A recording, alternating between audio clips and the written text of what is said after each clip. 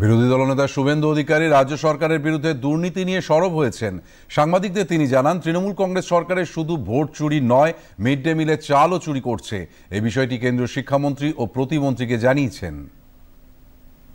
বহুল প্রচারিত ইংরেজি কাগজে স্টোরি হয়েছে, আমি সেটা দেখার পরে মাননীয় শিক্ষা রাষ্ট্রমন্ত্রী ডক্টর সুকান্ত মজুমদার দৃষ্টি আকর্ষণ করেছি এবং ক্যাবিনেট মিনিস্টার ধর্মেন্দ্র প্রধানকেও আমি ওই কাগজের কাটিং সহ আমার একটা নোট পাঠিয়েছি।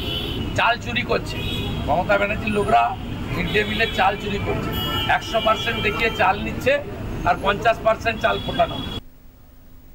মুর্শিদাবাদের ঘটনা নিয়েও রাজ্য সরকারের তীব্র নিন্দা করেছেন তিনি। মুর্শিদাবাদে হরগোবিন্দ দাস, চন্দন দাসকে সিপিএম বলে খুন করেনি, মোহাম্মদ সেলিম গিয়ে বলেছিল আমার সমর্থক। আর আমি যখন ওর বাড়িতে যাই তখন বলছে যে আমি কার সমর্থক জিজ্ঞেস করেনি, আমি হিন্দু কিনা জিজ্ঞেস করছি। শামসেরগঞ্জের হোটেল ব্যবসায়ী সে বলছে আপনাদের সবার সামনে যে তৃণমূলের প্রতিষ্ঠা লগ্ন থেকে আমি তৃণমূল করি, আমি আমার বাড়ির একটা ছোট্ট ঘর বিনা ভাড়ায় তৃণমূলকে দিয়ে রেখেছি।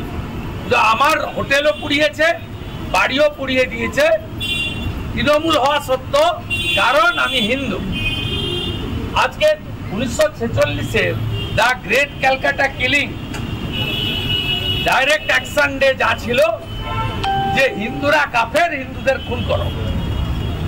এখনো তাই, আমরা তো মমতা ব্যানার্জির আমলে ডাইরেক্ট পিকচার দেখছি, ধুলিয়ান, শামসেরগঞ্জ, কোথাবাড়ি ডাইরেক্ট পিকচার দেখছি, কোনো পরিবর্তন হয়নি।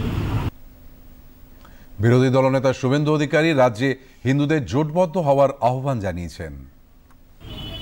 আজকে যদি হিন্দুরা ঐক্যবদ্ধ হয়, ন্যূনতম 70% হিন্দু, তাহলে এখানে যে সরকারটা হবে সেই সরকারটা মধ্যপ্রদেশ, উত্তরপ্রদেশ, আসামের মতো এদেরকে সাইজ করবে।